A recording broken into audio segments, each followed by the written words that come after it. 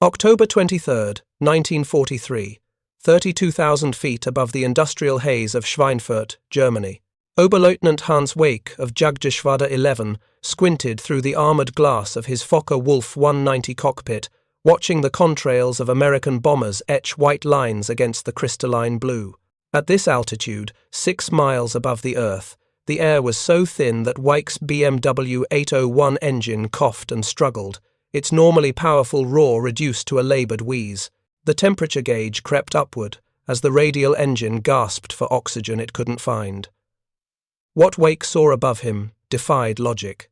A formation of massive American fighters, those ungainly Republic P-47s the Luftwaffe had dismissed as flying milk bottles just months earlier, circled lazily at what appeared to be 35,000 feet, perhaps higher. Their contrails were crisp and steady, their formations tight and disciplined. While Weik's Focke-Wulf wallowed like a dying fish in the thin stratosphere, barely controllable, the Americans moved with an ease that suggested they were operating in their element, not struggling at the very edge of possibility. Weik pushed his throttle forward, trying to climb another 1,000 feet to engage. His fighter shuddered, the controls went mushy, and the airspeed bled away alarmingly. At 33,000 feet, the Focke-Wulf simply refused to climb further. The BMW engine, magnificent at medium altitudes, was suffocating. Below Weik, his wingman's aircraft stalled, one wing dropping as the pilot fought to recover. They were at their absolute ceiling, the point where physics said no further climb was possible. The Americans were 2,000 feet above them and appeared completely comfortable. Then the thunderbolts rolled inverted and dove. If you're enjoying this deep dive into the story, hit the subscribe button and let us know in the comments from where in the world you are watching from today. What Weik didn't know, what German intelligence had catastrophically failed to understand, was that he was witnessing the maturation of the most sophisticated high-altitude fighter system ever deployed in combat. The Republic P-47 wasn't just another fighter. It was an engineering revolution wrapped in 7 tons of aluminum, powered by a turbosupercharged engine that grew stronger as altitude increased. While German fighters choked and died above 28,000 feet, the Thunderbolt was just reaching its optimal operating envelope.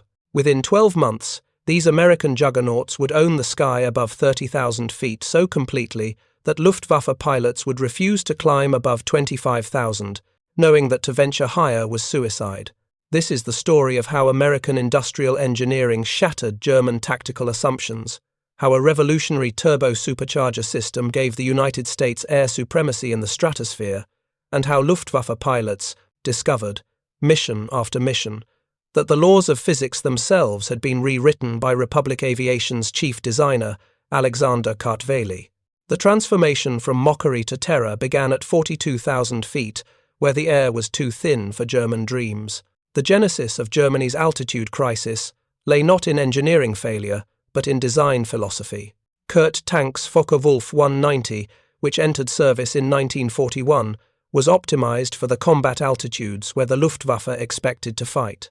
Most aerial combat over Europe between 1939 and 1942 occurred between 10,000 and 20,000 feet, altitudes where the Focke-Wulf's BMW 801 radial engine excelled. The 14-cylinder power plant produced nearly 1,800 horsepower at sea level and maintained excellent performance up to about 20,000 feet using a single-stage, single-speed mechanical supercharger. This design reflected hard-won lessons from the Battle of Britain and the Eastern Front. German fighters needed to climb quickly to intercept bombers, turn tightly in dogfights with enemy fighters, and operate from rough forward airfields. The Focke-Wulf 190A series achieved these goals brilliantly. At 15,000 feet, it could outrun and outturn the RAF Spitfire Mark V. At sea level, it was fast, deadly, and nearly unstoppable. Pilots loved its wide-track landing gear, heavy armament, and robust construction. But the BMW 801's performance degraded catastrophically above 23,000 feet. The mechanical supercharger, driven directly by the engine's crankshaft, compressed intake air to maintain power at altitude. However, this system had inherent limitations. As altitude increased, the supercharger had to work exponentially harder to compress the ever-thinning air, sapping power from the engine itself. Above 25,000 feet, the engine was using almost as much horsepower to drive the supercharger as the supercharger was adding through compression. The service ceiling of a Focke-Wulf 190A-5, the most common variant in late 1943, was officially listed at 34,775 feet. This figure was, as German pilots darkly joked, theoretical.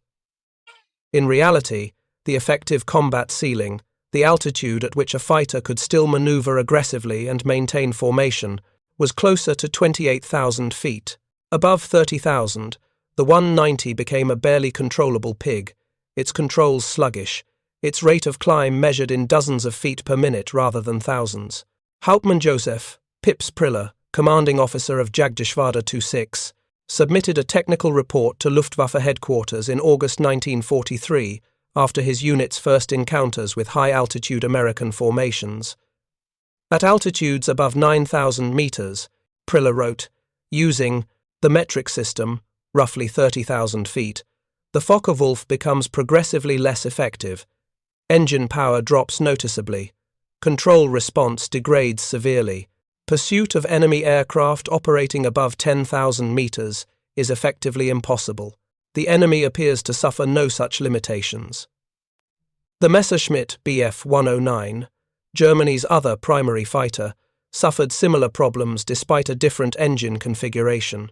The Daimler-Benz DB 605 liquid-cooled V12, used in the Bf 109 Gustav series, employed a two-stage supercharger that provided better high-altitude performance than the Focke-Wulf's single-stage system. The 109 could reach 39,000 feet on paper and maintained better combat effectiveness than the 190 above 25,000 feet, but better was relative. At 32,000 feet, a Messerschmitt 109 Gustav VI was already struggling, its climb rate reduced to a few hundred feet per minute, its turn performance lethargic. German aeronautical engineers understood the problem. They had experimented with turbosuperchargers, exhaust-driven compressors that didn't sap engine power, as early as 1939.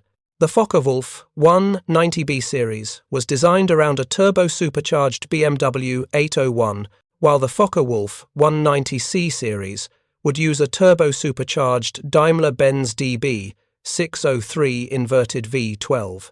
These aircraft would have matched or exceeded the P-47's high-altitude performance, but both programs encountered insurmountable technical problems. The turbo-superchargers overheated, seized, or exploded during test flights.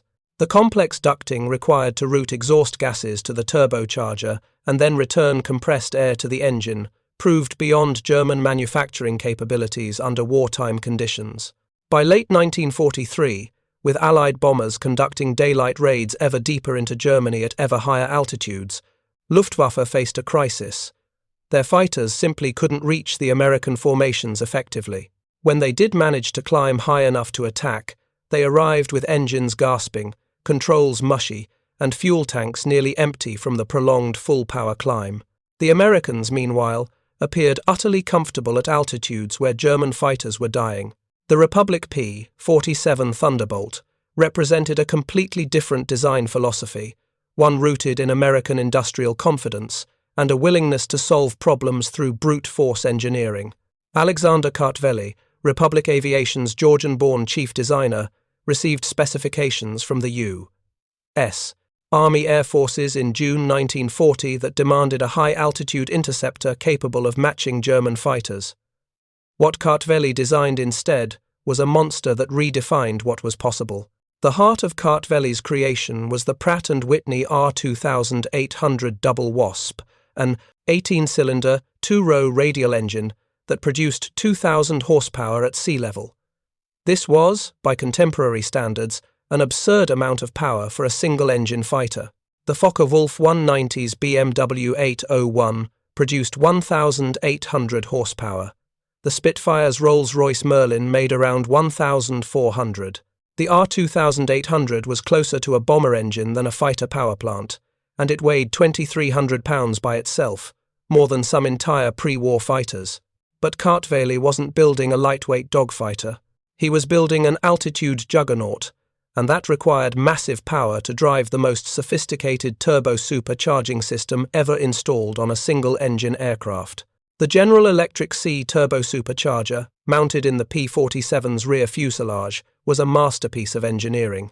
Unlike mechanical superchargers that drained power from the engine, the turbo-supercharger was driven by exhaust, gases that would otherwise be wasted.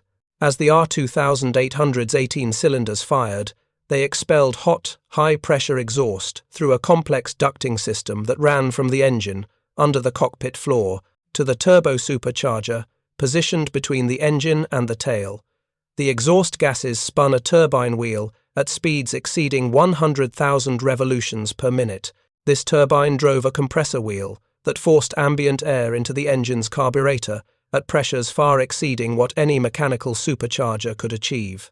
The compressed air, heated by compression, then passed through an intercooler that reduced its temperature, increasing its density. This cooled, pressurized air finally reached the engine's cylinders, providing sea-level air density even at extreme altitudes. The system's genius lay in its efficiency curve. At sea level, where air was already dense, the turbo-supercharger operated at reduced power, and the P-47 actually suffered a slight performance penalty compared to mechanically supercharged fighters. The complex ducting created drag, and the turbo-supercharger absorbed some exhaust energy that could have provided thrust. But as altitude increased and air thinned, the turbo-supercharger's advantages became overwhelming. At 25,000 feet, where German fighters began gasping, the P-47's engine was still producing near maximum power. At 30,000 feet, the Thunderbolt was entering its optimal performance envelope. At 35,000 feet, American pilots reported their aircraft actually felt more responsive and powerful than at lower altitudes. The official service ceiling of the P-47 was listed at 42,000 feet for the B and C models and 43,000 feet for later variants. But these figures understated the aircraft's capabilities. The service ceiling was defined as the altitude at which rate of climb dropped to 100 feet per minute, a number chosen for its convenience in calculations, not its combat relevance. P-47 pilots routinely operated above 40,000 feet, and several achieved altitudes above 45,000 feet during operational missions. Gun camera footage exists of P-47s engaging German aircraft at altitudes where contrails looked like frozen rivers in the stratosphere. This altitude advantage translated into tactical supremacy that German pilots found psychologically devastating. In aerial combat, altitude equals energy, and energy equals options. The fighter that starts higher can choose when and how to engage. It can dive on opponents below, converting altitude into speed that makes deflection shooting nearly impossible for defending fighters. If the attack fails, the high fighter can zoom climb back to altitude, trading accumulated speed for height, and set up another pass. The low fighter, meanwhile, must either accept combat on disadvantageous terms or attempt to run, knowing that running at high altitude where engines struggle is nearly impossible. Oberleutnant Kurt Bulligan, a Luftwaffe ace with over 100 victories mostly achieved on the Eastern Front, transferred to Western Front defense duties in September 1943. His first encounter with high-altitude P-47s left him shaken. "We climbed to 8,000 meters to intercept a bomber formation," Bulligan later recounted in a post-war interview, using German metric measurements, approximately 26,000 feet. "Our engines were already straining. Then we saw the American escort fighters, another 1,000 meters above us. I attempted to climb to engage. My Messerschmitt could barely manage 100 meters per minute at that altitude. I watched the Americans circle lazily, as if they were at sea level. They had all the time in the world to position themselves. When they dove, they came so fast we couldn't react. One pass, and 3 of our fighters were gone. We tried to follow them down, but they simply pulled up, climbed back to altitude faster than we could follow, and set up another attack. We were completely helpless. It was like fighting an enemy who could fly while we could only swim." The psychological impact of this altitude disparity cannot be overstated. Luftwaffe pilots had been trained to believe in their tactical and technical superiority since the Polish campaign of 1939. German fighters had dominated the skies over Poland, France, and Britain in 1940 through superior tactics and pilot skill. On the Eastern Front, experienced German aces routinely shot down multiple Soviet aircraft per mission. The appearance of an American fighter that operated comfortably at altitudes, German fighters couldn't effectively reach challenged fundamental assumptions about German air superiority. Major Gerhard Barkhorn, who would end the war as the world's second highest scoring ace with 301 victories, experienced high-altitude combat against P-47s in November 1943 after transferring from the Eastern Front. "The Americans have developed a fighter we cannot counter at high altitude," he wrote in his combat diary. "Our 109s and 190s are excellent aircraft below 7,000 meters, but the enemy operates at 9 to 10,000 meters as comfortably as we operate at 3,000. When they attack from above, they have every advantage: speed, surprise, positioning. We cannot climb to meet them. We cannot run from them. We can only try to survive their first pass and hope they don't come back." The Luftwaffe's response to this crisis revealed the limitations of German wartime industry. Engineers knew that turbosuperchargers would solve the altitude problem, but reliable turbosupercharger production remained beyond reach. Germany's industrial base, stretched thin supporting ground and naval forces, couldn't allocate sufficient resources to perfect the complex metallurgy and precision machining required. American industry, by contrast, was producing General Electric turbosuperchargers by the thousands, each one a masterpiece of engineering that German engineers could study in captured aircraft, but not replicate in sufficient numbers. The Luftwaffe attempted several workarounds. The Focke-Wulf 190D Dora variant, introduced in September 1944, used a Junkers Jumo 213 inverted V12 engine with improved high-altitude performance. The D9 model could reach 40,000 feet and fought more effectively above 25,000 than earlier 190 variants, but it arrived too late and in insufficient numbers to change the strategic picture. By late 1944, the Luftwaffe had largely lost control of German airspace at all altitudes. The Ta-152, an ultimate evolution of the 190 series designed specifically as a high-altitude interceptor, featured extended wings and advanced engine configurations that gave it a service ceiling of 49,215 feet. On paper, it could finally match the P-47's altitude capabilities, but only 67 Ta-152 aircraft were completed before Germany's collapse, and they had virtually no impact on the war's outcome. Meanwhile, American P-47 production accelerated dramatically. Republic Aviation's factory in Farmingdale, New York, completed one Thunderbolt every hour around the clock at peak production. A second factory in Evansville, Indiana, built from farmland in 1942, produced 500 aircraft per month by 1944. By war's end, 15,683 Thunderbolts had been manufactured, equipped with turbosuperchargers that worked flawlessly, required minimal maintenance, and gave their pilots an insurmountable altitude advantage. The first major demonstration of the P-47's high-altitude dominance occurred during the Schweinfurt-Regensburg raids of August 17, 1943. American bombers penetrated deep into Germany to strike ball-bearing factories, the deepest raid attempted to that date. P-47s provided escort as far as their fuel allowed, operating primarily between 28,000 and 32,000 feet, altitudes where they could maintain formation efficiently while retaining combat effectiveness. Luftwaffe fighters attempting to intercept the bombers had to climb through the P-47 escort screen. Major Hans Assi Hahn, a German ace with over 100 victories, led his unit in an interception attempt near Stuttgart. "We climbed to 9,000 meters," Hahn reported, "and found the American fighters above us at 10,000. We tried to reach them, but our aircraft would not climb further. Engine temperatures were critical. Controls were barely responsive. The Americans waited until we stalled trying to reach them, then dove on us from perfect positions.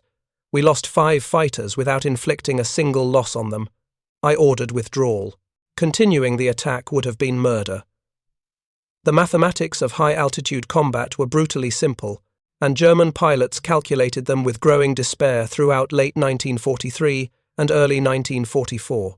A Focke-Wulf, 190 at 28,000 feet, operating at its realistic combat ceiling, faced P-47s, circling comfortably at 35,000. The 7,000-foot altitude difference represented more than just vertical distance. It represented approximately 30 seconds of dive time for the Americans, during which they could accelerate to speeds approaching 550 miles per hour, faster than any German fighter could achieve even in a straight vertical dive. By the time a diving Thunderbolt reached the German formation's altitude, it possessed enormous kinetic energy. This energy could be used for devastating gun passes that gave German pilots almost no time to react, or it could be converted back into altitude through a zoom climb that left pursuing Germans helplessly behind, watching their prey simply climb away faster than they could follow. The Americans called this tactic boom and zoom, though Thunderbolt pilots had their own vernacular for it. Major Walker, Bud Mahurin, of the 56th Fighter Group, who would become one of the first American aces in Europe, called it the Thunderbolt turkey shoot. The tactic's effectiveness lay not just in altitude advantage, but in how that advantage multiplied every other combat parameter. Speed made deflection shooting nearly impossible for defenders. The closing rate during a boom attack often exceeded 600 miles per hour, meaning German pilots had perhaps 2 seconds from first visual contact to guns on target time, barely enough to register the attack before it was over. If they survived the first pass, the P-47 would already be climbing away, converting excess speed into altitude, positioning for another attack while German fighters struggled to pursue with engines gasping in the thin air.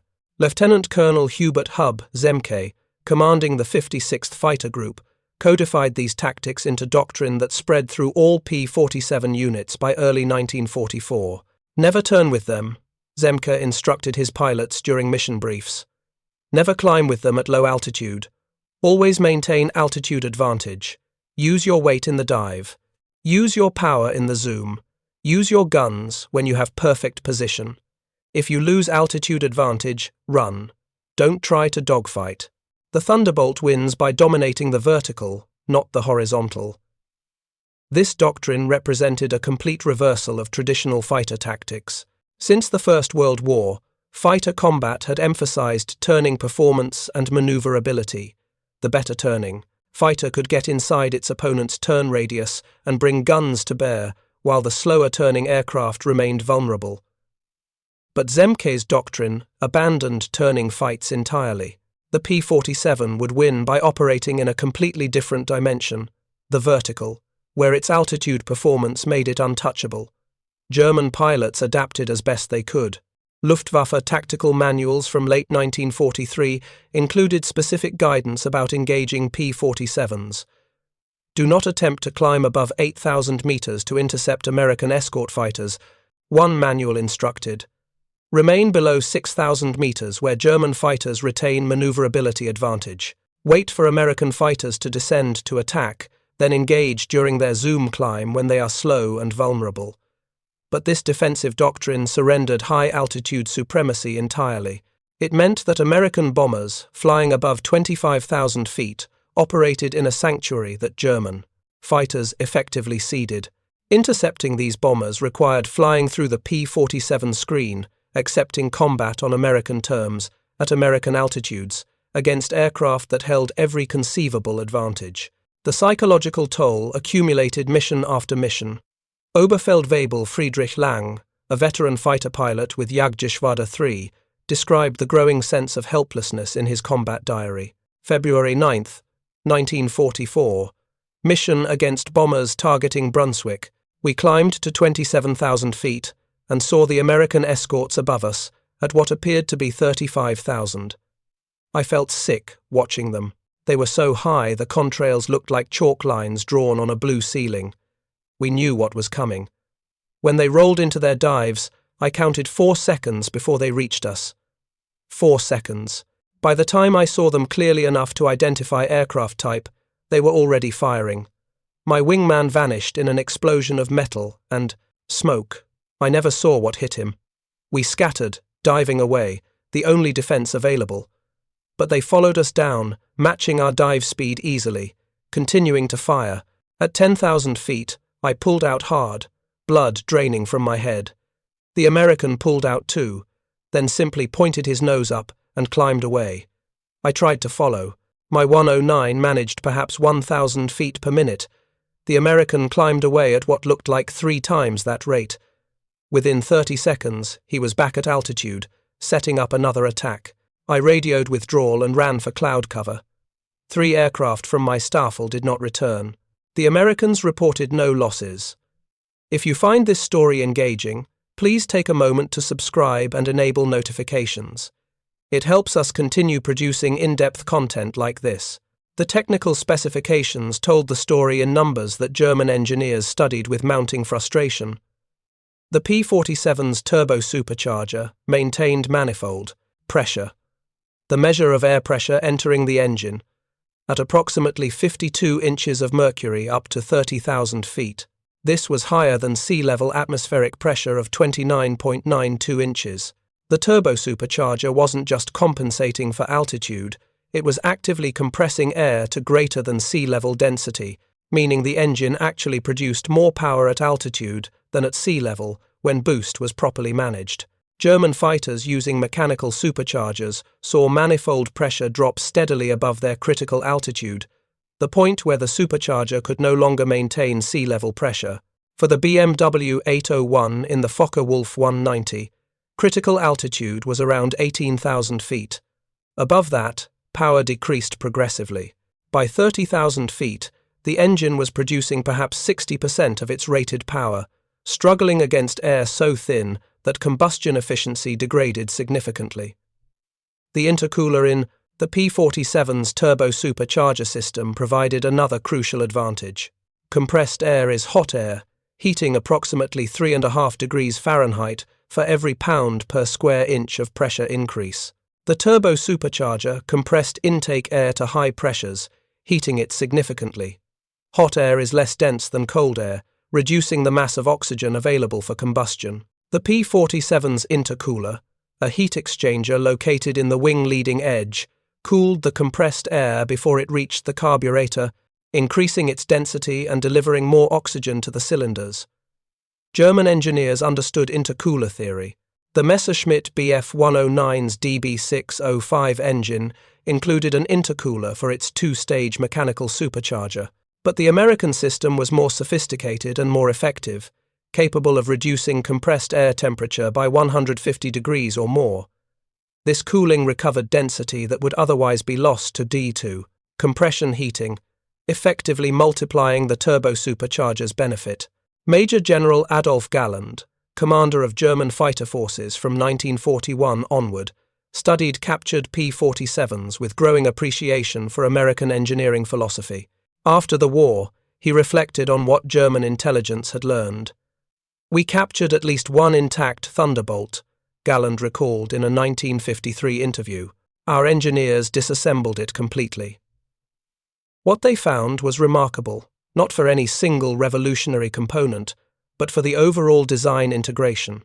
Every system was overbuilt, over-engineered, designed with enormous safety margins. The turbosupercharger could operate at temperatures and pressures that would destroy German equivalents. The engine could absorb damage that would disable our power plants. The airframe could sustain structural loads we would never design for. What amazed us most was that Americans built over 15,000 of these complex machines while fighting a 2-ocean war. Each one required an engine more sophisticated than anything Germany produced. Each one included a turbosupercharger we couldn't manufacture reliably even in laboratory conditions. Yet they built them faster than we could build simple fighters. That's when I understood the war was lost, not because of tactics or courage, but because of industrial capacity we could never match. The Luftwaffe's captured P-47 underwent extensive testing at Rechlin, Germany's main aviation test center. In late 1943, German test pilots flew it against Focke-Wulf 190s and Messerschmitt 109s in simulated combat at various altitudes. The results? classified at the time but released after the war, made sobering reading for Luftwaffe commanders. At 15,000 feet, German fighters could match or exceed the Thunderbolt in turning performance and acceleration. The 190 was faster in level flight, the 109 more nimble. But above 25,000 feet, the balance shifted dramatically. The Rechlin report noted, at altitudes above 7,500 meters, the American fighter demonstrates significant performance advantages. Rate of climb exceeds German types by approximately 50%. Top speed advantage increases with altitude. At 9,000 meters, the Thunderbolt maintains speeds our fighters cannot achieve. Most significantly, the American pilot showed no signs of discomfort or difficulty controlling the aircraft at these extreme altitudes, while our test pilots reported significant control degradation and physical stress. The physical stress mentioned in the report was no trivial concern. At 30,000 feet and above, humans face multiple physiological challenges. The partial pressure of oxygen drops to levels where unconsciousness occurs within minutes, without supplemental oxygen.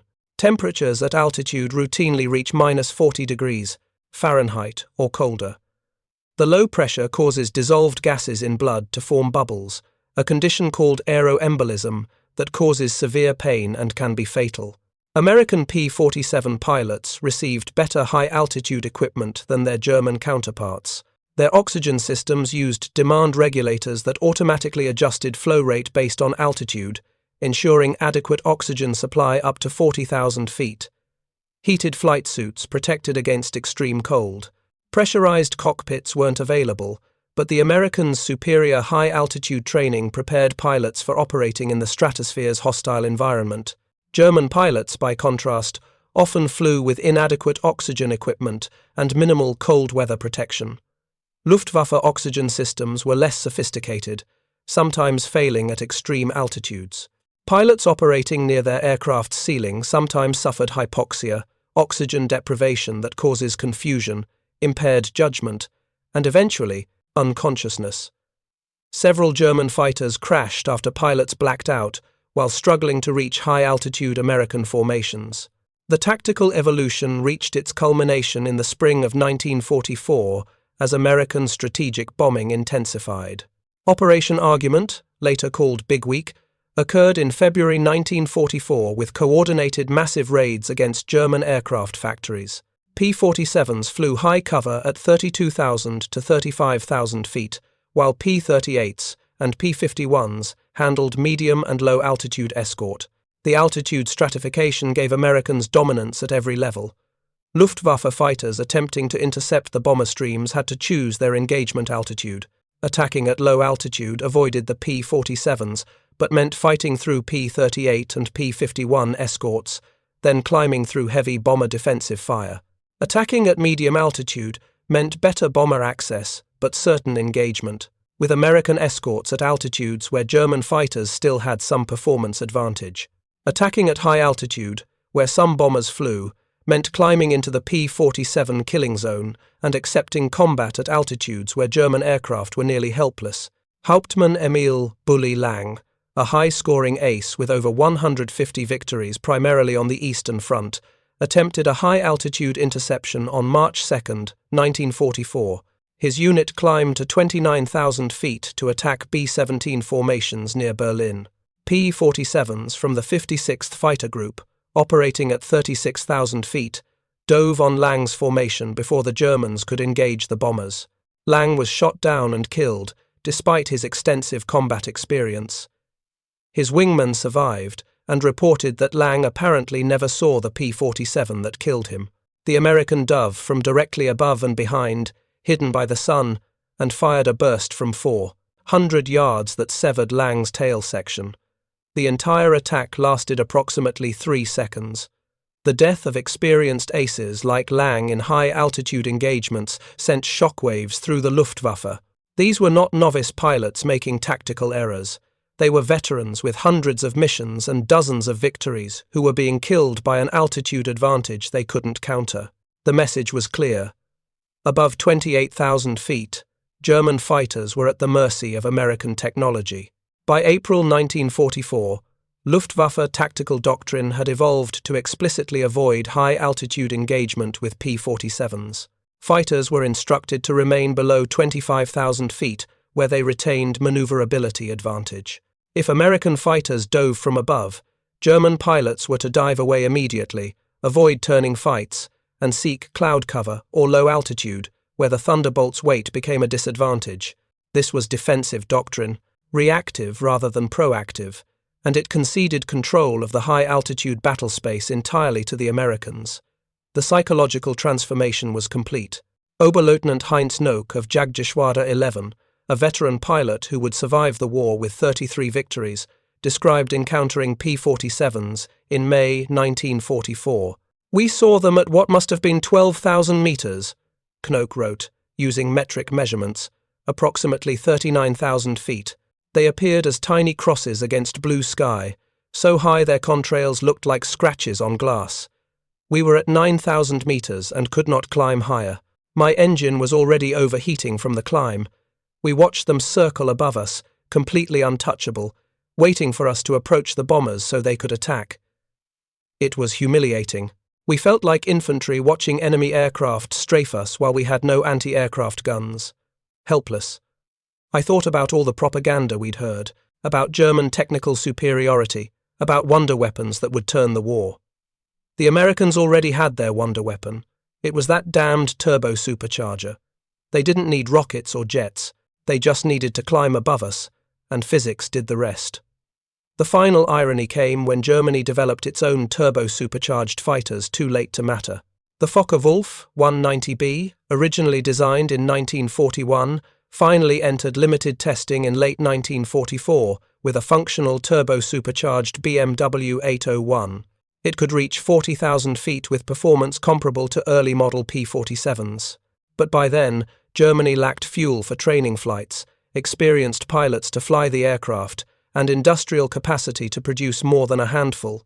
The few 190B prototypes that flew were curiosities, technological might-have-beens that arrived years after they could have changed anything. The P-47's altitude supremacy had consequences that extended far beyond individual combat engagements. By dominating the stratosphere, Thunderbolts created a high-altitude sanctuary that allowed American bombers to operate with dramatically reduced losses. When German fighters avoided climbing above 28,000 feet, bombers flying at 30,000 feet faced far fewer interceptors. This altitude security, combined with increasing numbers of escorts, allowed the strategic bombing campaign to devastate German industry with mounting effectiveness through 1944 and into 1945. The ground attack role that P-47s assumed from mid-1944 onward stemmed partly from this high-altitude success, with P-51 Mustangs taking over long-range bomber escort duties thanks to their superior range. Thunderbolts could focus on fighter-bomber missions, but they retained their high-altitude capability, and German ground forces learned to dread the distinctive sound of turbo-supercharged radial engines approaching from above. That deep, thundering roar, created by the turbo-supercharger's exhaust mixing with the R2800's 18 cylinders, meant death was diving from altitudes German anti-aircraft guns couldn't effectively reach. Oberst Johannes Steinhoff, a Luftwaffe pilot who survived the war with 176 victories, reflected on the P-47's impact during a 1968 symposium on aerial warfare. "The Thunderbolt didn't defeat us through superior dogfighting," Steinhoff said. "It defeated us by rewriting the rules of combat. They made altitude the decisive factor and built an aircraft that dominated altitude completely. We had no counter. Our fighters were excellent at medium and low altitude, but the Americans simply declined to fight there. They stayed high, where their turbo-superchargers gave them insurmountable advantage and forced us to either accept combat on their terms or allow the bombers through, unopposed." Young German pilots in 1944 and 1945 were terrified of high-altitude missions. They knew that climbing above 25,000 feet meant encountering Thunderbolts that could dive on them at will. These pilots had perhaps 50 hours of training, compared to American pilots with 200 hours or more. They were flying aircraft that choked at altitude against enemies operating in their optimal environment. It was slaughter.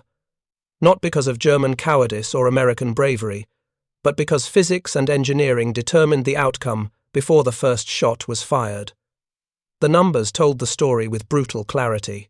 Between January and December 1944, the 8th Air Force's P-47 units flew over 190,000 combat sorties, primarily in the high-altitude escort role.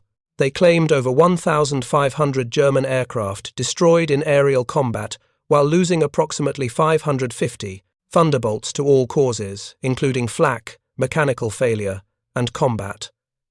The kill ratio of nearly 3-to-1 reflected not just pilot skill, but the fundamental advantage altitude provided.